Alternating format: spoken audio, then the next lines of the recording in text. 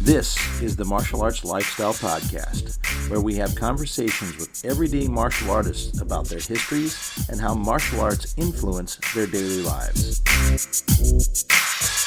You are listening to the abbreviated version of this podcast, which is the first 20 minutes or so of the show. Please consider supporting the show by subscribing on our Patreon page, www.patreon.com/MALMAG, and for about the price of one coffee shop coffee per month, you can get access to 4 new podcasts each month, 1 week before their YouTube release dates. You also have access to all of our existing shows, which at this point is about 100 hours of shows for you to enjoy. Individual shows can be purchased at our Gumroad page. That is malmag.gumroad.com.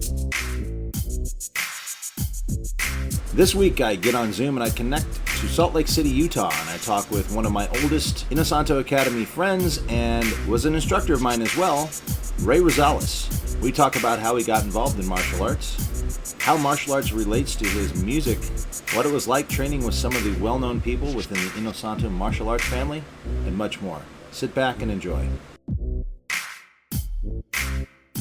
Welcome to the Martial Arts Lifestyle Podcast, and today I'm connecting to the state of Utah here through Zoom, and I'm talking with one of my first people that I met at the Inosanto Academy, and definitely one of my favorite people from back in the day, and I'm always happy when he pops back into town, and we were just kind of discussing his pandemic beard growth, and he looks like, you know, the perfect Sifu out of any martial art film right now.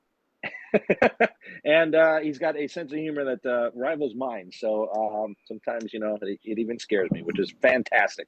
Been looking to get him on here for a long time. So welcome, Ray Rosales, to the show. Thanks, Tim. I really appreciate the invite. It was kind of surprising, actually, but glad to be here. Happy to be here. It's funny how many people say it's surprising. I'm like, come on, you shouldn't be surprised at all. I'm going through my list of like everybody I know in martial arts and drag them onto the show because I guess people maybe assume that I'm doing a podcast, so it's about, oh, you're going to go get super famous people, and not really. The show, yeah, I'll get ones I know, of course, but it's more of, biographical about how people get into martial arts, and sometimes I think that accessibility to the common person training. I mean, if we can call any of us common, I guess for that matter, we're all very unique, as I'm finding these stories, but it makes it more accessible to listeners, or at least that's the feedback I'm getting anyway. And I like it because I'm getting to know people that I kind of know or that I know even better, and even meeting some new people, because, this fancy new way of meeting people now on social media, there's lots of people that I've chatted with by typing and for years and seem to know them decently, but I get a chance to talk with them live on here, which is kind of cool. Yeah, it's a little different. I know that when we meet at the conferences and the training camps, there's we're pulled in a lot of directions. Oh yeah. Focus on, I know for myself, I'm trying to remember some stuff. So there's that, I'm kind of going over some things, and then, having a little conversation, and you're kind of there, but still split a little bit. Yeah. And then it's 15 minutes and we're back in, So, exactly. So that, I think that probably happens to all of us. I'm not sure.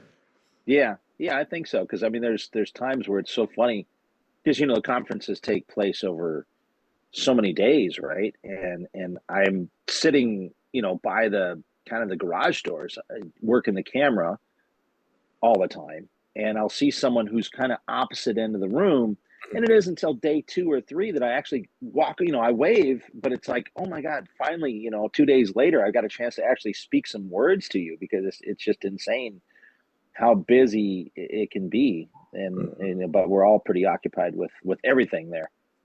Yeah, and what I really like too is even though that is happening, there's definitely a sense of community. Yeah.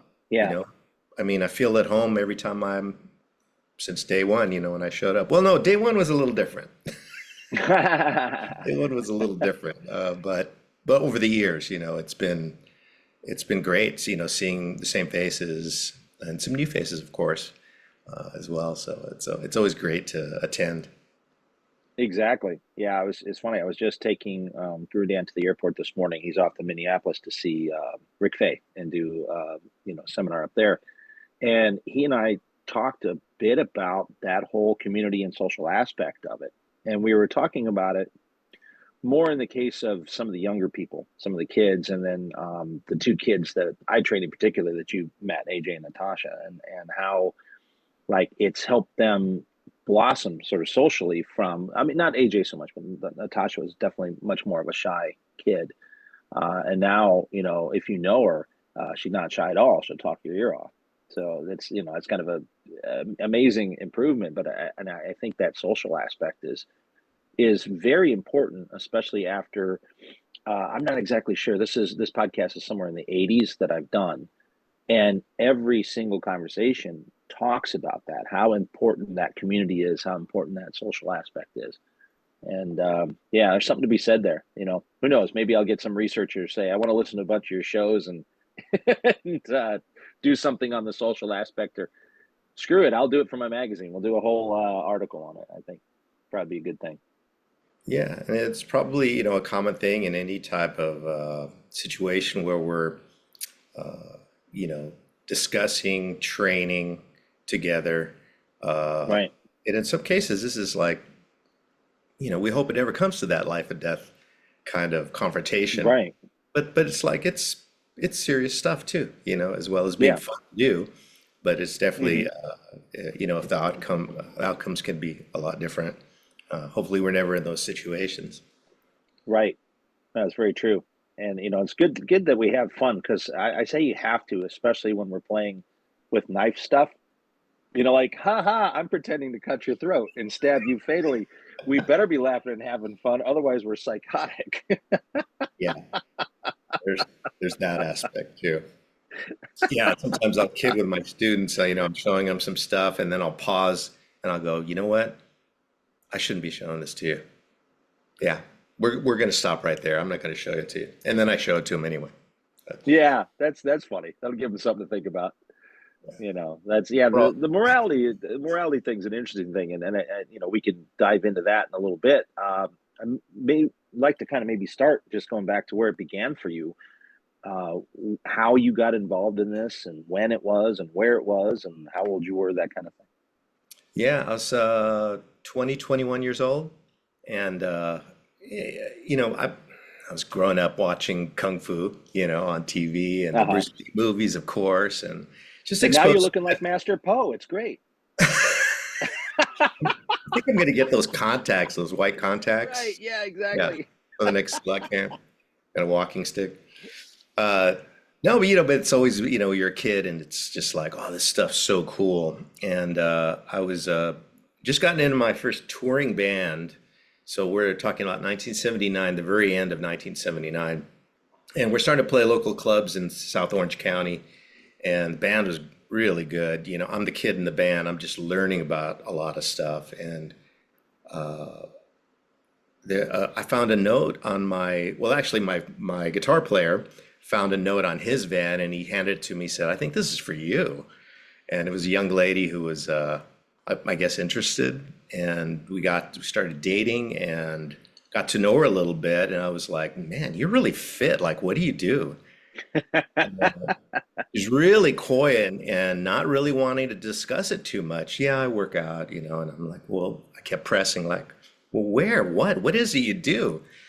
And turns out she was doing martial arts, doing Kajukenbo down in San Clemente with the senior grandmaster Gary Forback.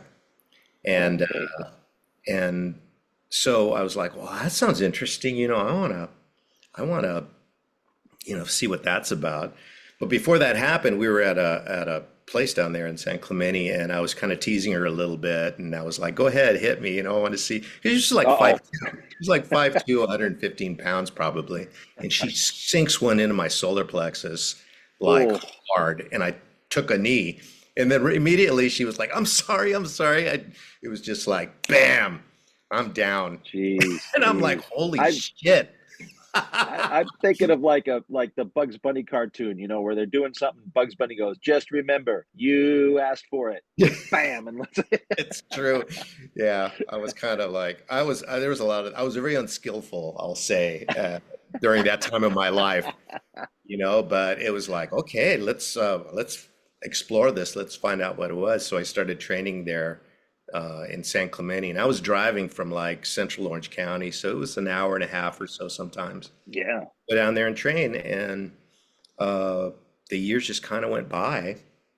In 1988, I tested for my black belt uh, with Master Fourback, and previously, about a month before that, sparring with someone who's not a lot of experience, and they sidekicked my knee. And Ooh. during my black belt test, we got to all the way to the knife techniques. There's about 100 techniques you're supposed to know and 14 forms. We're getting towards the end, and my knee just comes out, just Oh no. dislocates. Uh, no one had touched me. It was just I stepped wrong, and it popped out. And my teacher's like, okay. He grabs my leg, and he's kind of wraps his legs around mine, and just it pops back in. And Ooh, goes, continue. man. So of course we're Continue. old school stuff. So, I keep going. We do three or four more techniques. Boom, it comes out again. And he's like, okay, comes over and he's yanking on it. And it's not going in. Uh-oh. He's pulling on it. And he stops and he goes, you pass. And at that time, I was devastated. I was like, no, Yeah. I got to finish this. I had it in my Right. But with most what I've learned over the years, like most teachers, kind of they know where you're at, and the Hmm. test is a ritual and a formality, and it's good for everybody, I think, to go through those things. But he already knew, so but that was my first and to be honest, that whole idea of testing for my black belt just kind of came out of nowhere for me. It was like, I don't think that's a good idea yet. But as always, the teachers usually they know where you're at, and so yeah, that was my introduction, and it was about 8 years, I think. 1980, 1988, I got my first black belt, and then a few years later, I had a school there in Capo Beach, California, and I was reading. I think it was Inside Kung Fu, where Burt Richardson was doing articles. Uh, and I was reading the articles, and I'm like, man, who is this guy? This stuff is so good. Hmm. And I'm looking through the magazine, and it's like there's an ad for his school in Long Beach, California. And I'm like, "Ah, I'm there. So Yeah.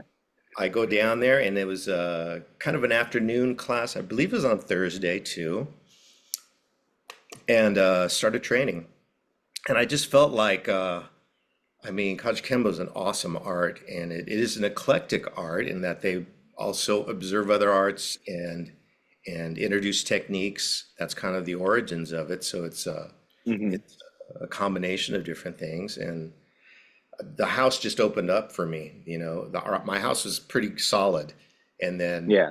I felt like Burton Richardson showed me there's many more rooms to this house, many more rooms, and it was just so exciting to because we were at the time we were doing he was teaching JKD, Kali, Silat, my introduction to Brazilian Jiu-Jitsu, also Savat, and and a lot of times the classes were blended, so they weren't specific, like 1 hour of Kali. No, Hmm. it might be, several things mixed in there. Some silat, some grappling, some boxing. So it was so interesting to me to train that way, to pull all aspects and to Hmm. find out.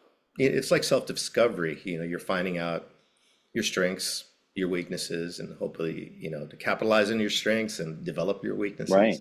Right. Right. So yeah, it was a great time. There was great people that were there. That's where I met John Tessier.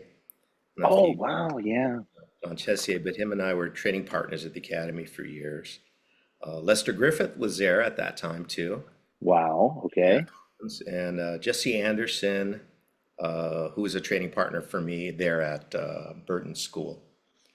That guy, he was already talented. He was already talented. So he used to have these tiny little 6-ounce boxing gloves. And he would Isn't that called a insist, bag glove? That's called they're a kind of, bag yeah, glove. like bag gloves. It was funny because he insisted on wearing those things, and those things hurt. Yeah. But I was like, so I was kind of naive. I didn't realize, oh, those are kind of tiny gloves. I didn't think about it for after a few times I got popped with them. You're But like, he man, was he's got already little hands. highly skilled. But him and I, after Bert decided to move to Hawaii, he gave me a letter of introduction to the academy. Oh, Uh, cool. so I thought that was really great. Him and Jesse, myself and Jesse, we went down there and had our letter, and it was an interesting first experience there with people looking at the letter and going, well, okay. But at the time, Yeah, Guru was okay. Yeah. doing phase classes, so it was no way to get in and just train with Guru. You had Right. to do the phase classes So was before. this Manchester or the other Glencoe This school? was Manchester, so this Okay. was 1995, and I was so nervous, so excited uh, to be there. And I remember that our first group with Jesse and I were in there, and I'm like, man, this place is packed. There's so many people training here. And then Hmm. Guru was asking for people to demonstrate certain things, come up and do, certain techniques, and the level was so high. And I'm looking at my partner, I'm going, we are in the wrong place. We're a little out of place. Yeah. We should not be here. I was really nervous. He was a lot more confident than I was. But it turns out it was instructor camp. Ah, there you go. So it was the regular classes, but of course, you know how people train for instructor camp. Yes. Yeah, yeah. Yeah, they were calling out different people to demonstrate, and they said Orange County, and the hair just went up on my neck, like, oh no. But apparently, there was people from Dan Sullivan's group Uh-huh. Yeah. that was there from Orange County. And I need to mention them. They were he was part of my training road too. I trained with Dan Sullivan had his school, and Travis Downing was with there as well, and he was responsible for introducing me to CrossFit. Ah, okay, Travis. That yeah, he was I remember him in the Thursday morning class at the current location a Hmm. lot. Yeah, yeah. He said, "Yeah, come over to my school and try this workout." And I'm like, "Okay." And well, first day. So yeah, that was very interesting. Steve Tarani was another person I trained with at that time too, back then. Hmm. Um, so I was doing when I started, I was doing Mondays and Wednesdays, I think, at Steve Tarani's school in Irvine, and then Tuesdays and Thursdays at the academy. And I was trying to do like all the classes I could, and yeah, I was a little younger, so I was Yeah, able. and more willing to put up with more traffic, I guess, But I mean, it's obviously worse now than it was then. If I put today's traffic standard on then, I'm like, oh my God, how'd you do that? But it wasn't all that great then either, traffic Mhm. wise. Oh no, yeah, and I think I saw a statistic that traffic in LA has gone up like 15% a year for a while. Oh yeah, yeah, I can believe that. Yeah, so yeah, it was. But at the time, I had a job that I was doing outside sales, so I would just plan my day around training. I would Yeah. drive up to the valley, have those meetings, and then hit the academy on the way home. Turned out to be really long days, but Right, right. I had more energy, I think, back then. I was able to continue training a lot. Yeah, That's pretty at cool. Dan Sullivan's school, I remember Sabat was a little more part of the curriculum, and I had the opportunity to both train. Oh, in fact, yeah, that's true. I trained in Venice with Nikolai Sagnok and Okay. Uh-huh. the Bondo School over there in Venice. There was a Bondo school in Venice? I mean, Uh-huh. I know Michael May's school in El Segundo, but It's probably him. I don't think okay. there's a whole lot of Bondo people. I'm not really sure Yeah, I who don't. went to school, Yeah, but I that's rare. started seeing a lot Well, there. I'll find out. That's an easy one to find out. I know a Bondo guy. Oh, yeah. Sorry. Yeah, we're mentioning his name. I was just like, hey, Mike, were you ever in Venice or was somebody else there? Yeah, yeah. I remember Nikolai had. There was some people that were other stuntmen, some actors, and some fighters. It was, typical LA mix. Yeah, yeah. Nikolai just sparred with everybody in class, one after another, and yeah, that was I was just amazed. It's just like couldn't touch him, and he could hit you at will, Yeah, and that was some fun times for sure. right. Exactly. Yeah, and really Well, that's great to a funny thing reconnect is, with him. oh yeah, yeah. In fact, Yeah, there. he's just a few episodes before you here. Oh, yeah, great. That's So so. yeah, you'll get to hear his whole story. It's really awesome. But you know what's funny is being, I guess, in the academy with a lot of those people. Like, how many experiences did we have that were exactly what you described? Like, well, I could dance around with this guy for 3 minutes and make punches and kicks at him, but I couldn't touch him, and he tagged me all over the place, and I laughed and I had a good time being killed. Yeah, it's true. I remember 95, 96, 97. I mean, I'd see Eric Paulson at the Westchester School, Chad Stahelski, Damon Caro. Hmm. I remember that distinctly too, when Damon and Chad would demo and on Collie class, and I was like, holy shit. Yeah, Like yeah, that's incredible. So it was an interesting crew back then. That was kind of like a golden age. I guess there was a fighting class, which yeah. I wasn't part of, but I remember people saying, yeah, if anybody didn't make a fight in the LA area, he'd go to that class and go, who wants to fight on Saturday? And 10 hands would go up because Oh, wow. everybody was in shape. Everybody Yeah, could go. yeah. I think it was like Chad. And this concludes the abbreviated version of the podcast. Please consider supporting the program by going to www.patreon.com/malmag and subscribing to the show. You can also purchase this individual episode or any individual episode at our Gumroad page. That's malmag.gumroad.com. Thank you for listening to this episode with Ray Rosales. Next week, I finally connect to someone I've been trying to get on here for a long time. This is my first instructor in JKD and Kali, and it is epic, Lauren Bookbinder. Our Malmag online store at martialartslifestylemagazine.com has a full selection of Timmy B's brand sticks for FMA and Krabiker Bong. Timmy B's brand now selling in Japan as well. Beautiful Timmy B's brand shirts and Dos Manos shirts are available with new t-shirt designs and more products coming soon. An online course in the Dos Manos method for FMA is available under the Courses tab. More courses coming soon. Check out the Places to Train tab to find schools near you and click on the events calendar page to see what seminars and events are happening all around the world. And of course, visit our main page for articles on the martial arts. Music by Jackal Relic. Martial Arts Lifestyle Magazine and the Martial Arts Lifestyle Podcast are trademarked and copyrighted by TNT LLC.